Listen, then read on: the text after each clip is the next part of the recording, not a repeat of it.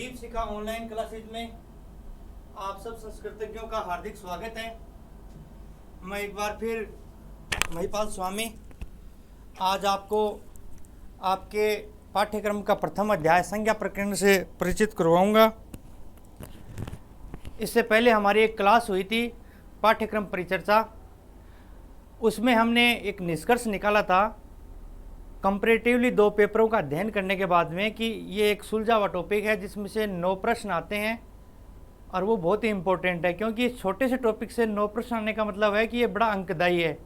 और हमने ये वादा किया था कि अपन संज्ञा प्रकरण को इस प्रकार से पढ़ेंगे कि इसमें हमारा प्रश्न किसी भी हाल में गलत नहीं होगा, तो इसको बड़े ध्यान से पढ़ेंगे अपन।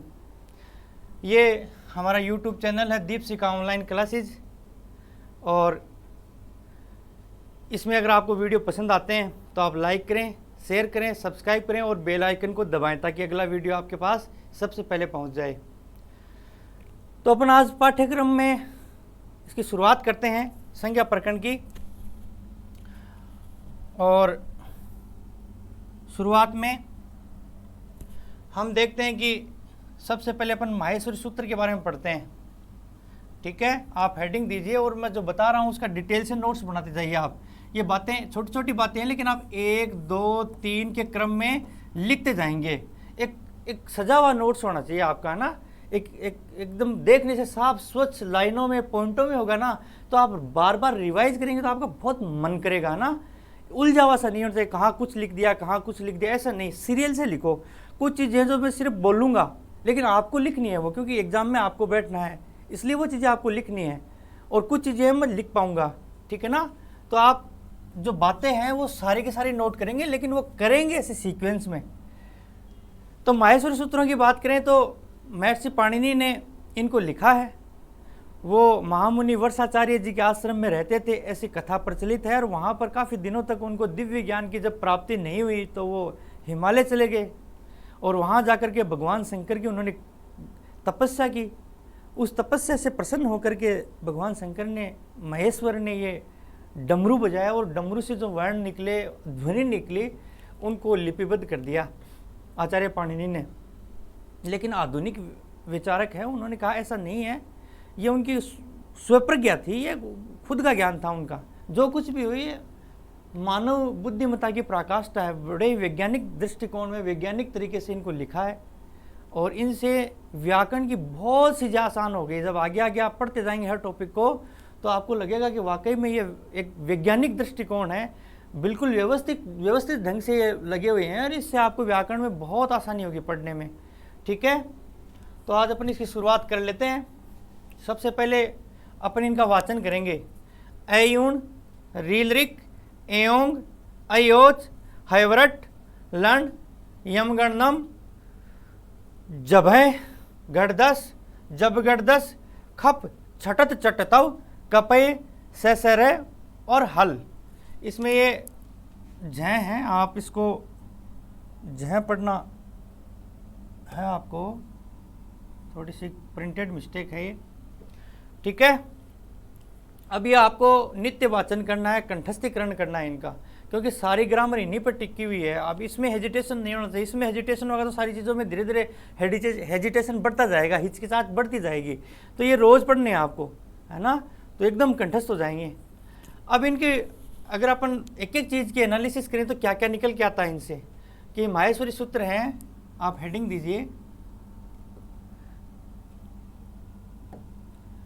आप हेडिंग दीजिए संज्ञा प्रकरण, ऐसे सुंदर सुंदर शब्दों में। ठीक है, और इनकी संख्या कितनी होती है? चतुर्दश 14 होती है, जो सबको पता है आपको। ठीक है, उसके बाद में इन 14 सूत्रों में हल कितने? हल जानते हो ना, व्यंजन वर्ण। अपन आप लिख लो, आगे पूरा डिस्कस होगा। हल क्या है, अच क्या है, सब चीज़ें एक एक डिस्कस होंगी।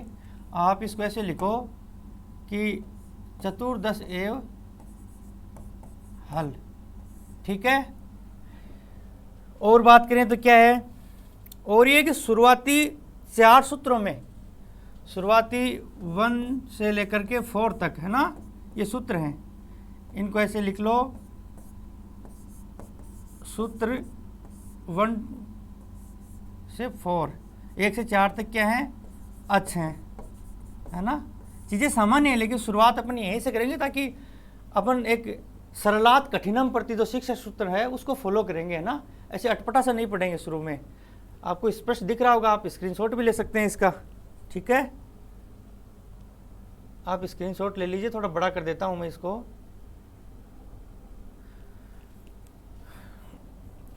तो क्या बताया मैंने कि शुरुआती 4 सूत्र हैं वो उसमें स्वर हैं, अच्छे हैं सारे, और सूत्र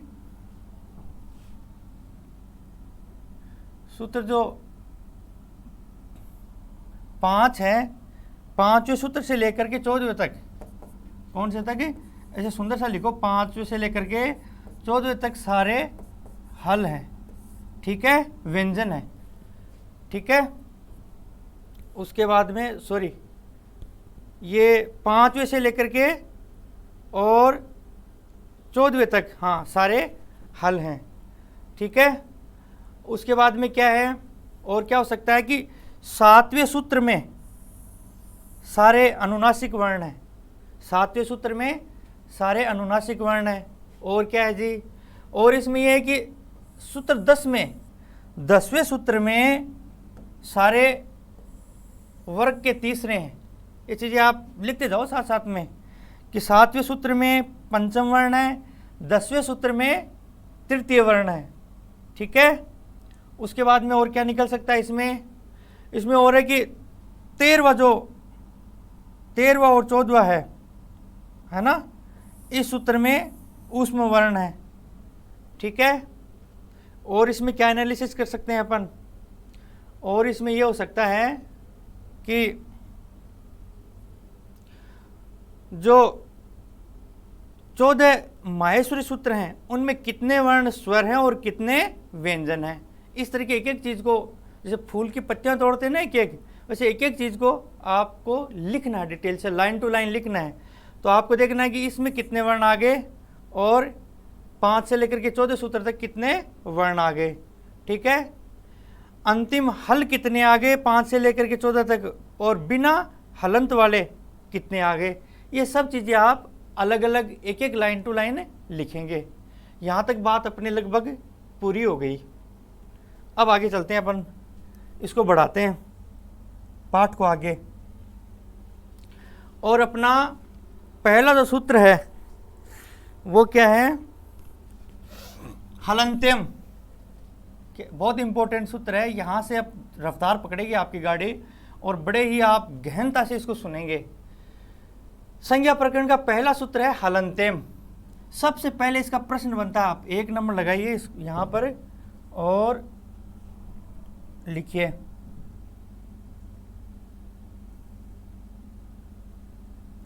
मैं इसको थोड़ा छोटा कर देता हूँ आप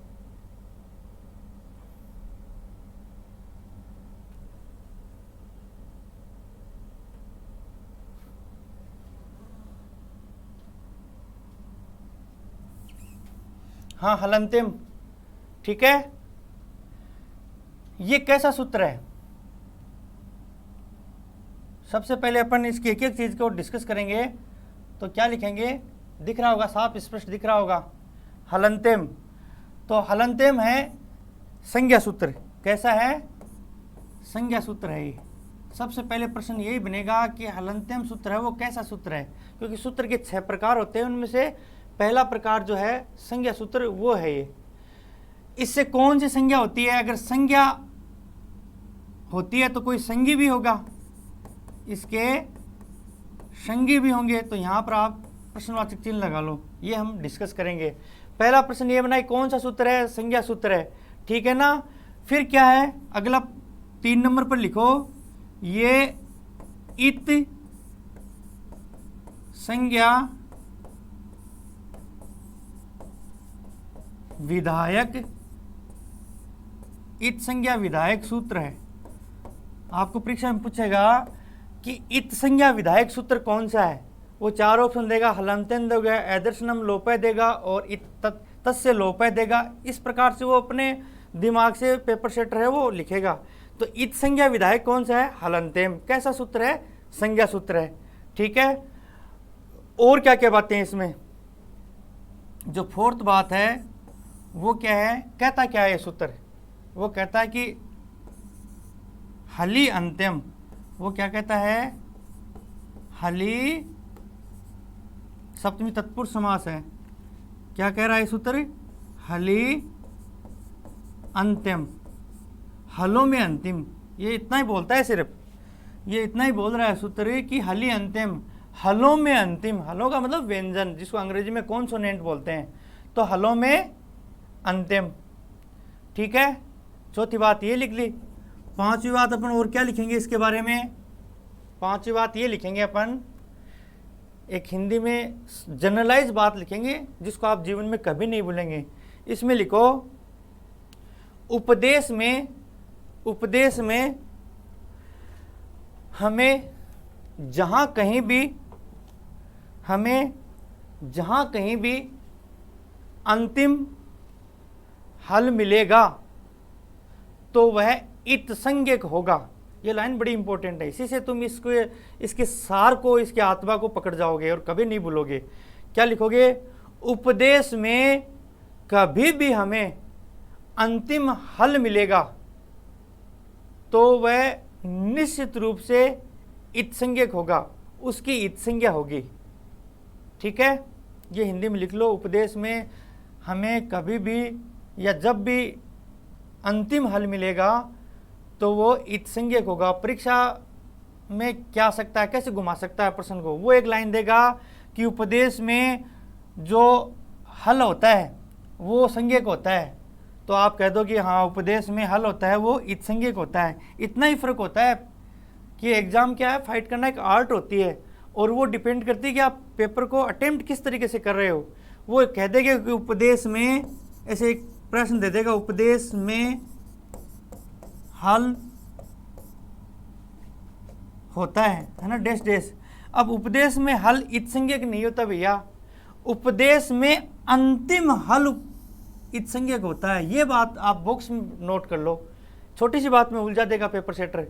उपदेश में पाया जाने वाला अंतिम हल इत्संज्ञक होता है, ठीक है ना। अगर ये उपदेश में हर हल इत्संज्ञक होता तो इन सब की इत्संज्ञा हो जाती, लेकिन इस उपदेश में अंतिम हल है ना, यही इत्संज्ञक होता है। तो इन छोटी छोटी बातों को अगर अपन ढंग से पढ़ेंगे ना एक एक चीज़ को, तभी पकड़ पाएंगे, नहीं तो ये बातें स्किप हो जाएंगी एग्जाम में। ठीक है, तो अपन ने क्या पढ़ा, उपदेश में जो अंतिम हल है वो क्या है, इत्संज्ञक है। ये बात अपन ने पढ़ ली। ये सारी बातें मुझे उम्मीद है कि आपने सीक्वेंस में लिख ली। अब मैं इसको थोड़ा एक बार फिर बड़ा कर देता हूँ ताकि आप इसका स्क्रीनशॉट ले लो। यहाँ से प्रश्न बनेगा एक, ये साफ और स्पष्ट दिख रहा है, इसका स्क्रीनशॉट आप ले ही लो। ठीक है, अब अपन आगे बढ़ते हैं। वो कह रहा है कि ये लाइन बहुत इंपॉर्टेंट बनती है, आप इस लाइन को कोई सामान्य लाइन मत समझना। यहाँ पर ये लाइन देगा, एक वर्ड को वो ब्लैंक कर देगा, एक वर्ड नहीं देगा, एक शब्द नहीं देगा, और वहीं पर आपसे पूछेगा कि यहाँ पर क्या आएगा। जैसे पेपर सेटर लिख देगा अंत्यम हलित स्यात्, यही लिख देगा वो, और यहाँ पर पूछ लेगा, है ना। वो कहेगा ए में देगा आद्यो उच्चारणम अंत्यम हलित स्यात्, उपदेश से अंत्यम हलित स्यात्, या दो ऑप्शन और दे देगा। तो आपको इस लाइन को, इस ध्येय वाक्य को डबल स्टार में नोट करना है। अब इसका मतलब क्या वो और देख लेते हैं।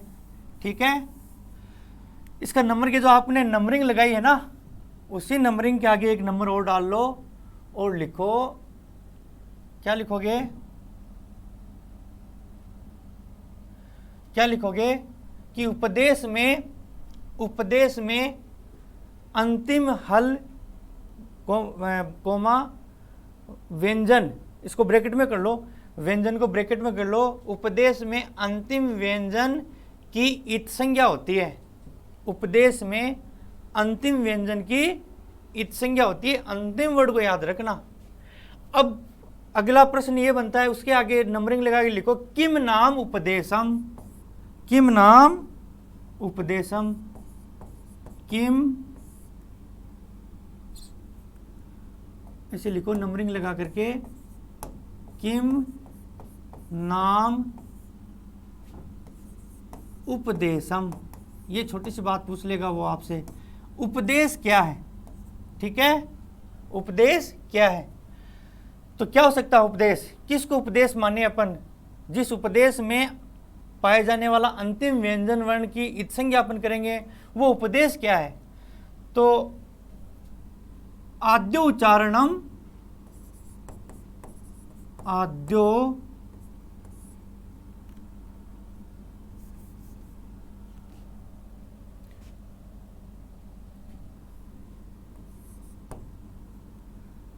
आद्यो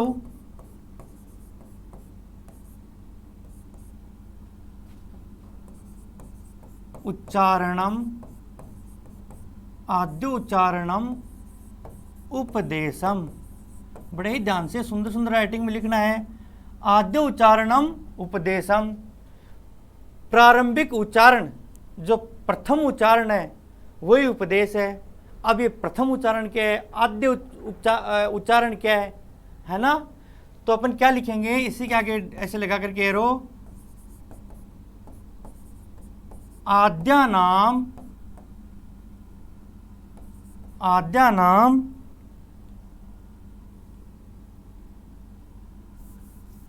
सॉरी आद्यानाम, आद्यानाम उच्चारणम, आद्यो उच्चारण, आद्या नाम उच्चारणम। अब आद्या नाम क्या है, जो हमारे प्राचीन त्रिमुनि हैं, महर्षि पाणिनि, कात्यायन और पतंजलि, इनके श्रीमुख से जो प्रारंभिक वर्ण निकले वही आद्या नाम उच्चारण है। उनके श्रीमुख से जो वर्ण निकले वो आद्या नाम उच्चारण है। आद्या नाम उच्चारण क्या है, आद्य उच्चारण है, और आद्य उच्चारण क्या है, उपदेश है। अब ये बात उठी कि साहब ये बात जमी नहीं, त्रिमुनि के श्रीमुख से पता नहीं क्या क्या वर्ण निकले थे, कौन कौन सा उपदेश मानने से कोई लिमिटेशन तो होनी चाहिए ना, कोई परिभाषित तो करो इसको। तो उन्होंने परिभाषित करते हुए इसकी परिभाषा लिखी, क्या लिखी, डेफिनेशन, ऐसे परिभाषा लिख करके आप लिखोगे सूत्र पाठ, है ना, धातु पाठ। उन्होंने कहा कि हमारे मुख से, श्रीमुख से जो वर्ण वो निकले हैं आद्या नाम के, वो सूत्र पाठ है, धातु पाठ है, गण पाठ है ना, और प्रत्यय है, ठीक है, आदेश है, और क्या है, आगम है। सर ये क्या है, ये उन्होंने डेफिनेशन दे दी, इसकी परिभाषा दे दी कि साहब ये चीजें है ना, ये हमारा उपदेश है, ये हमारा आद्यो उच्चारण है ना, और इनमें पाया जाने वाला अंतिम व्यंजन वर्ण है, उसकी इत संज्ञा होती है। तो उन्होंने बात एकदम से वैज्ञानिक दृष्टिकोण से अपनी तरफ से क्लियर कर दी, और ये आपको भी क्लियर हो जानी चाहिए, इसमें कोई कंफ्यूज आपको रहना नहीं चाहिए। जैसे सूत्र पाठ, उन्होंने कहा कि साहब ये हमारा सूत्र पाठ है और इसका अंतिम व्यंजन वर्ण है ना, हल है, अंतिम व्यंजन वर्ण है, हल है, कॉन्सोनेंट है, वो इत संज्ञक है, ठीक है ना। ये बात उन्होंने साफ साफ शब्दों में समझाने का प्रयास किया, और आप सब समझ गए होंगे, इस बात में कोई कंफ्यूज मुझे तो शायद नहीं दिखता, ठीक है। अब अपन बात करें, और सारी बातें क्लियर होगी। उपदेश से अंतिम हलित स्यात्, उपदेश है, उपदेश आद्योच्चारणम, जो आद्या नाम उच्चारण है त्रिमुनियों का वो उपदेश है, उपदेश की ये परिभाषा है, ठीक है ना। इसमें से और कोई प्रश्न हलंतेम में बनता नहीं है, बस इतनी बात है कि जो अंतिम व्यंजन वर्ण है उसकी इत संज्ञा करता है, ठीक है। अब और क्या है, और इससे बात ये निकल के आती है, नेक्स्ट पॉइंट लगा के लिखो एक सूत्र, तस्य लोप है, ठीक है, तस्य लोप है, और इसके नीचे लिखो यस्य इत संज्ञा भवति, लिख लोगे ना, सुंदर सुंदर लिखना भाई, यस्य इत संज्ञा भवति तस्य लोप भवति, है ना, जिसकी इत संज्ञा होती है तस्य उसी का ही लोप होता है, जिसकी इत संज्ञा होगी उसका लोप भी होगा, ठीक है। ये साहब शब्दों में साफ साफ लिखना। अच्छा, ये कैसा सूत्र है? तो ये संज्ञा सूत्र नहीं है भाई, ये परिभाषा सूत्र है। नोट कर लो आप, परिभाषा सूत्र, ये अंडरलाइन कर लेना। ये परिभाषा सूत्र है और लोप करता है। किसका लोप करता है? जिसकी इत संज्ञा होती है। ये सारी बात समझ गए होंगे आप। अब थोड़ा आगे बढ़ते हैं अपन, आगे बढ़ करके और ये देखने का प्रयास करते हैं कि जिनकी इत संज्ञा हुई है, जिनका लोप हुआ है, वो क्या काम, किस किस तरीके से प्रक्रिया में, प्रोसेस में काम आते हैं, वो देखते हैं। और उसके लिए एक सूत्र है, आदिर अंतेन सहेता। आदिर अंतेन सहेता, इसका स्क्रीनशॉट ले लो फटाफट।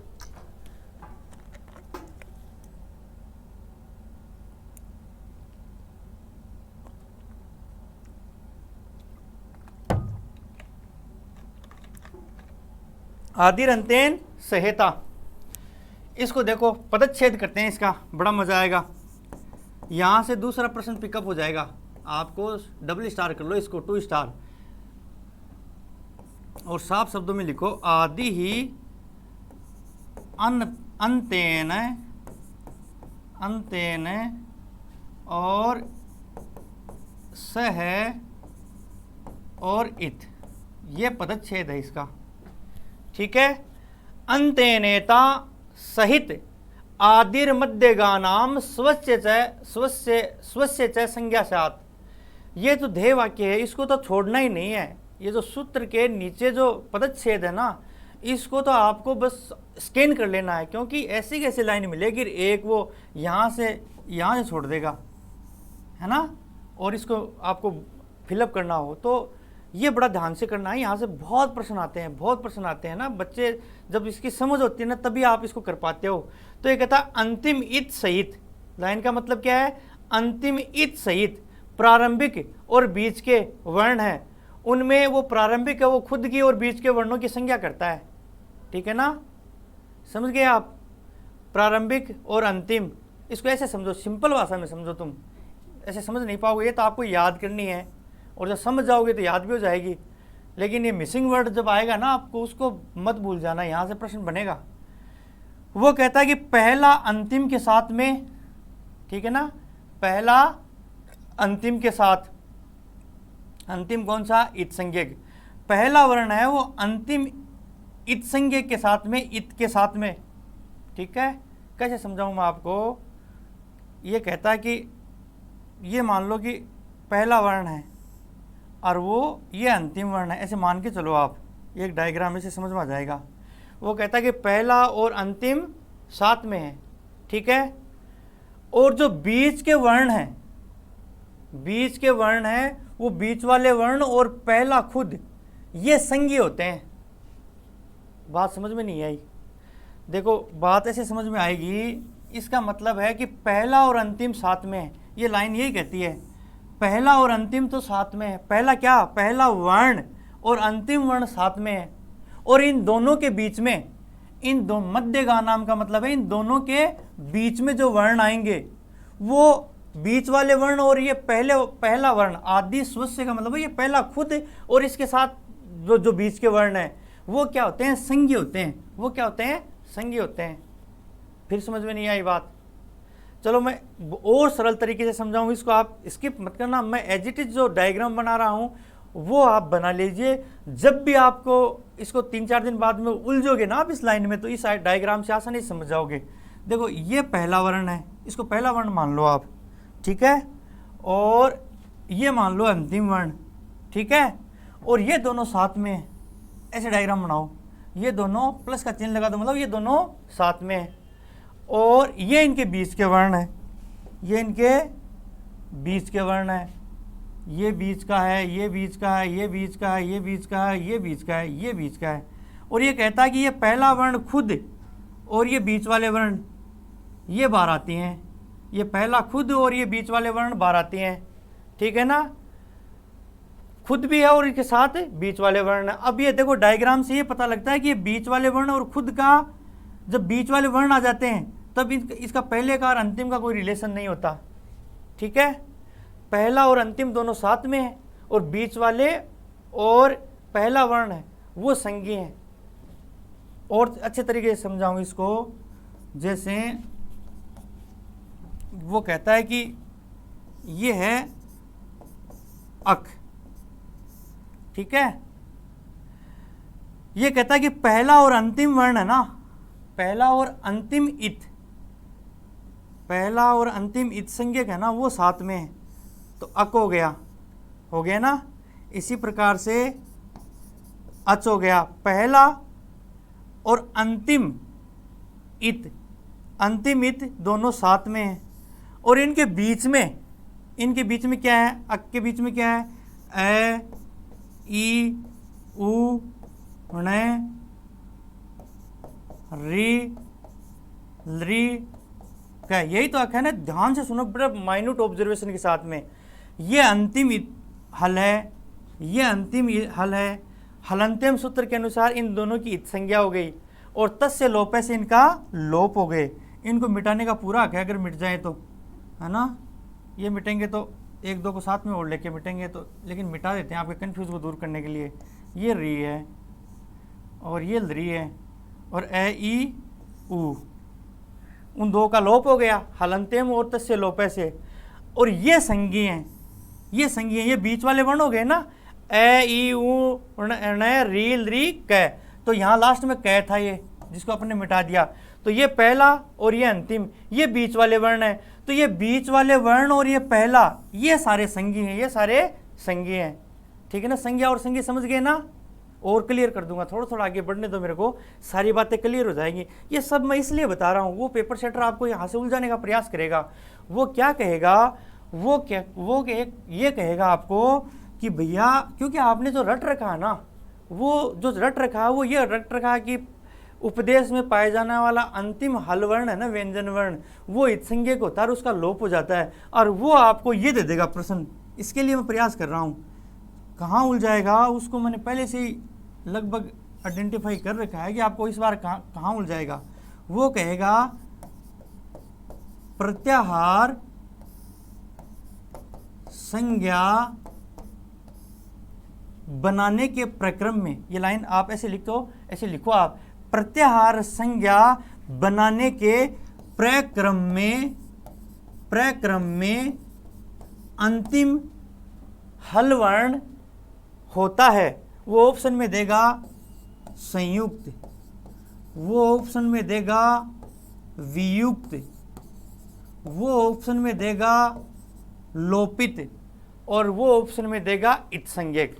अब आप सोचेंगे यार, प्रत्याहार संज्ञा प्रक्रम में प्रत्याहार संज्ञा बनाने में तो हमने ये पढ़ा कि अंतिम जो हल होता है उसकी इत्संज्ञा होती है, और जो इत्संज्ञा होती है उसका लोप होता है। तो मैं इसका लोप कर देता हूँ और वो एक प्रश्न का लोप हो जाएगा, है ना।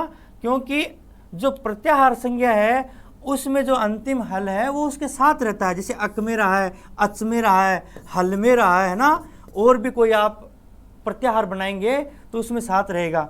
लेकिन प्रत्याहार वर्ण बनाएंगे ना अपन, संज्ञा बनाएंगे, तो क्या हो जाएगा कि वो अंतिम हल वर्ण है वो तस्य लोप से विलोपित हो जाएगा वहां से, ठीक है ना। ये दो चीज़ों के अंतर करने के लिए सारी चीज़ें, ये डायग्राम बनाया, इसको मत भूल जाना, मेरे हिसाब से ये काम की चीज़ है, ठीक है ना। बहुत बहुत धन्यवाद, आप ये सब सुन रहे हो और ये सब लिख रहे हो, और इसका स्क्रीनशॉट ले लो। बहुत बड़ा ही एकदम सिस्टमेटिक ढंग से नोट्स होना चाहिए, क्योंकि नोट्स है ना, और आपकी स्टडी टेबल जितनी साफ स्वच्छ होगी, मैनेज होगी, उतना ही शानदार मजा आएगा। और साइकोलॉजी का खेल है, सारा मानसिकता का खेल है। अगर ये आपका साथ दे रही है ना, तो ये चीज़ें कुछ भी नहीं है। अच्छा, आपके दिमाग में ये संज्ञा और संज्ञा का चल रहा है, मैं बता रहा हूँ इतना ही सरल है जितना आपने 3rd क्लास में क्या पढ़ा था, किसी व्यक्ति वस्तु स्थान के नाम को संज्ञा कहते हैं। तो संज्ञा तो है, और व्यक्ति वस्तु स्थान क्या हो गया, इसके संज्ञा हो गए। वो संज्ञा और संज्ञा ये आप इतना इजीली लो इसको कि इससे ज़्यादा कुछ नहीं है, ठीक है ना। तो ये बात अपनी यहाँ पर पूरी हो गई।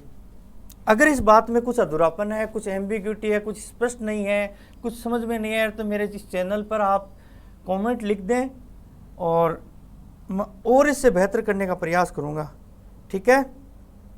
इसको मिटा दूं मैं।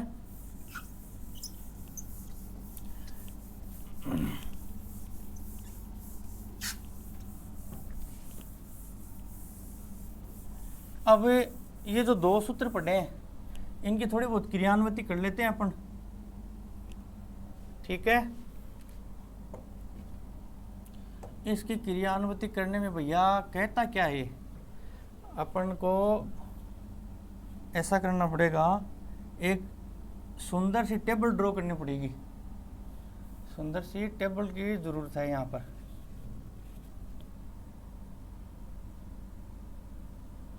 ये आपको दिख ही रहा होगा, वैसे स्क्रीनशॉट है आपके पास, अगर मैं और भी छोटा कर दूं तो मामला चलेगा, ठीक है।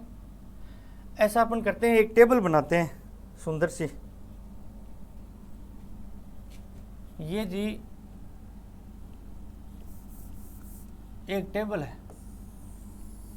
ठीक है।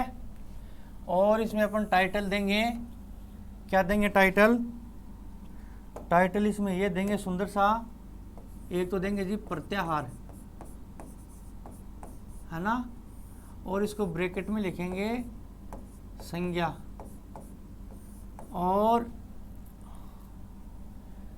इधर क्या कह देंगे अपन, प्रत्याहार वर्ण, और इसको कह देंगे अपन अपनी भाषा में संज्ञी। अब चाहे वो प्रत्याहार वर्ण पूछे चाहे संज्ञी पूछे, आपको कंफ्यूज नहीं होना है, वो संज्ञा पूछे और संज्ञी पूछे, इसमें बिल्कुल भी कंफ्यूज नहीं होना चाहिए। अब अपन प्रत्याहार बनाना सीखेंगे, ठीक है ना। सबसे पहले मैं अगर कहूँ आपको कि अण प्रत्याहार बनाओ, मुझे पता आपको बनाने आते हैं, फिर भी अपन इसका डिस्कस करेंगे। तो क्या करना है, देखना है कि ए ई ऊण है, प्रारंभिक और अंतिम को लेना है। ये अण में क्या करना है, आपको स्टार्टिंग वाला लेना है और लास्ट वाला लेना है। तो ये ए है, ई है, ऊ है, ई नए को क्या करेंगे, नए को इत संज्ञा कर देंगे हलंत्यम से, और तस्य लोप से इसका लोप कर देंगे। तो इसके प्रत्याहार वर्ण हुए ए, ई और ऊ, ये तीन वर्ण हो गए इसके, ठीक है ना। ऐसे ही प्रत्याहार बनेंगे भाई, जिनको प्रारंभिक स्टेज पर जो प्राइमरी नॉलेज में थोड़ी अस्पष्टता है वो देखो। उसके बाद में अगर अपन बनाएं, अच बनाते हैं, अच का मतलब है सारे स्वर। अच का नाम सुनते ही आपके दिमाग में है कि ये सारे स्वरों की बात करता है। स्वर में क्या है, आपको ए ई लेना है, समझ रहे हो ना, और ए ई ले लिया, न क्या हो गया, तस्य लोप से लोप हो गया, कै का लोप हो गया, अंग का लोप हो गया, च का लोप हो गया। बच्चे कौन से बच्चे भैया, ए बचा, ठीक है, ई ऊ, है ना, री ली ए आई, ठीक है। यहां से ले रहा हूं देखो मैं, और ओ और औ, ओ और औ, कौन सा वर्ण लेना और कौन सा छोड़ना है वो अभी सीख लो आप।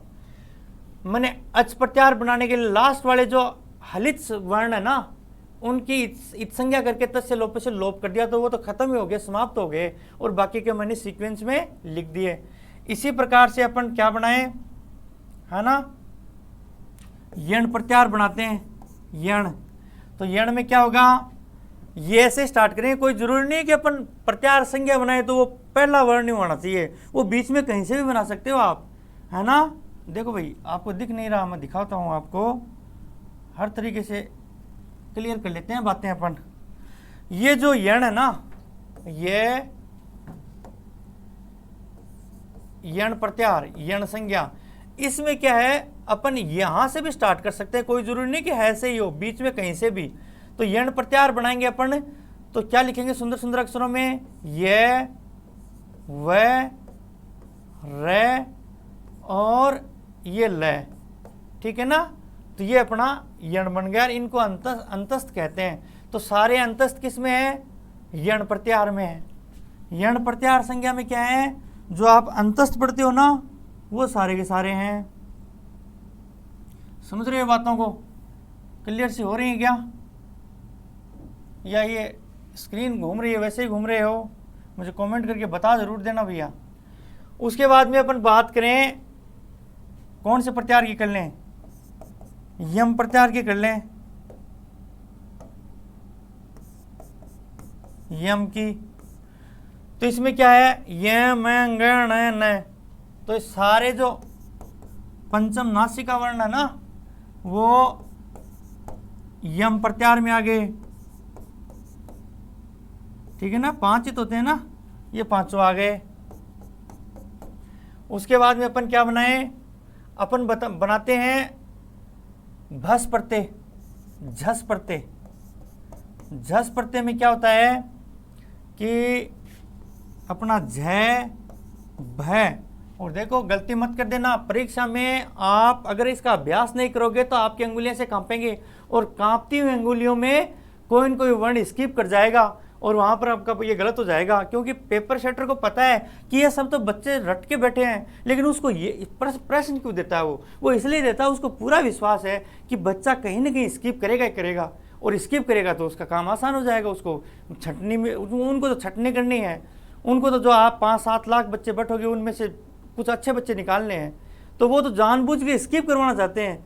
उनको पता है कि नॉलेज में आपकी कोई कमी नहीं है, आप सब कुछ पढ़ लोगे, लेकिन उनका पर्पज़ है कि इसमें से भी हम ऐसा प्रश्न बनाएं कि कोई न कोई वर्ण स्किप हो जाए और बच्चा वहाँ पर उसको गलत कर दे।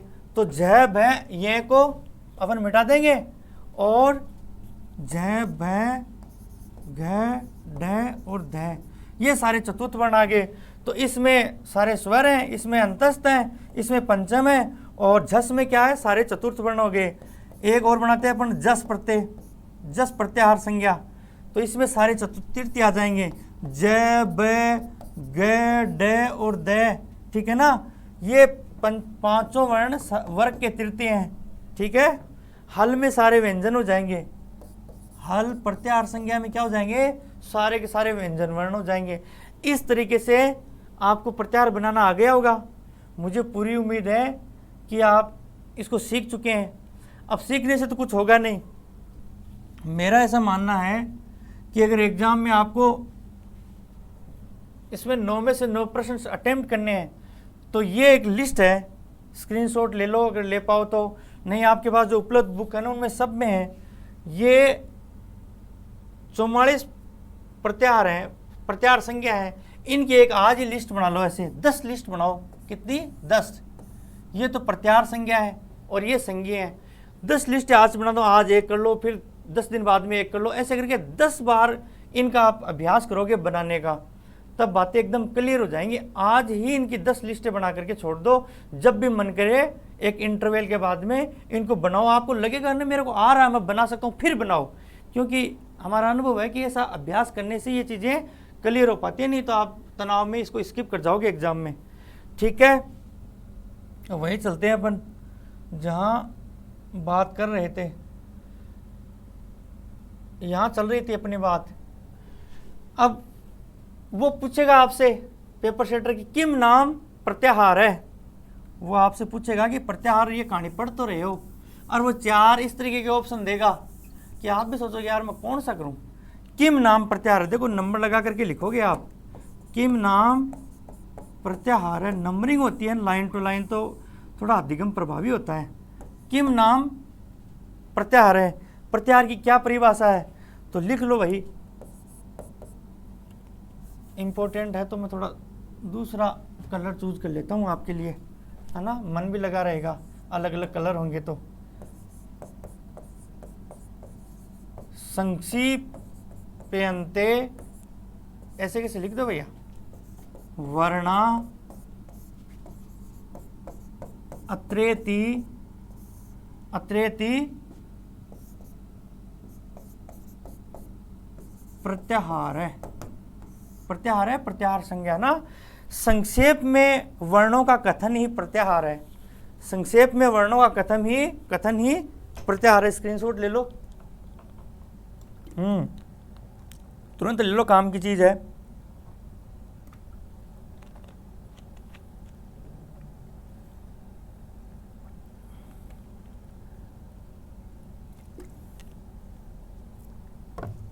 अब एक और शानदार प्रश्न जो परीक्षा में आने वाला उस पर भी अभी डिस्कस कर लेते हैं।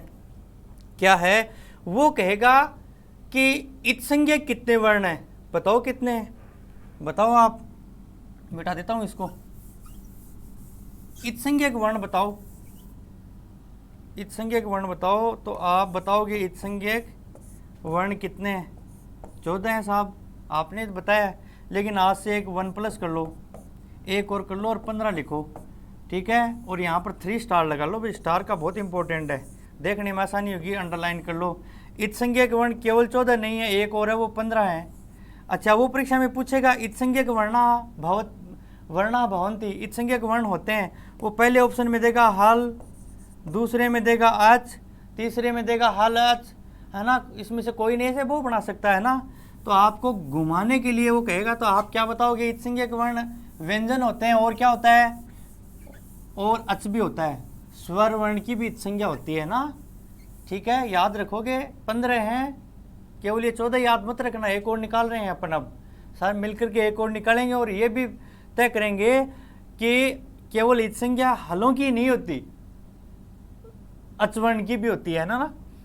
वो कौन सा अचवर्ण है और उसके लिए क्या स्पेशल प्रावधान किया गया है, इसके बारे में अभी तय कर लेते हैं।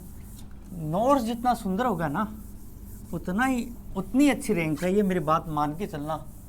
ठीक है, जितनी अच्छी आपकी स्टडी टेबल होगी, पेन एक तरफ सजे हुए, किताबें एक तरफ सजी हुई, साफ स्वच्छ, उतना ही अच्छा लर्निंग होगा, अधिगम उतना ही अच्छा होगा, ये भी याद रखना।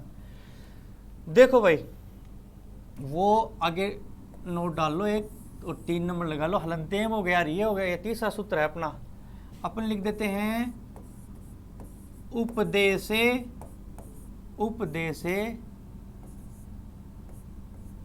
आज अनुनासिक, उपदेशे आज अनुनासिक इत।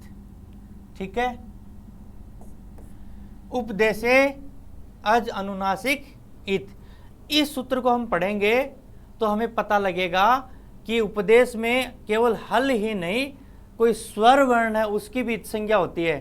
ठीक है ना, और उससे एक विशिष्ट प्रत्याहार बनेगा, रह प्रत्याहार, और रह प्रत्याहार के वर्ण पढ़ेंगे। इसको आप 4 स्टार लगा लो, चाहे यहाँ से 100% प्रश्न है वो पेपर में मिलेगा आपको, और ये अपन डिस्कस करेंगे नेक्स्ट क्लास में। तो एक बार फिर मैं आपको कहता हूँ कि अगर आपको अच्छा लग रहा है तो आप मेरे को कमेंट करके बताइए कि क्या इसमें कमियां हैं, क्या और सुधार हो सकता है, किस तरीके से आपको पढ़ाया जाए। दूसरा, आप इसको लाइक करें, अपने सारे दोस्तों में शेयर करें, और इस पर विचार करें कि यह आपके जो सिलेबस के अनुसार है कि नहीं है, ये कमेंट्स करके ज़रूर बताएं।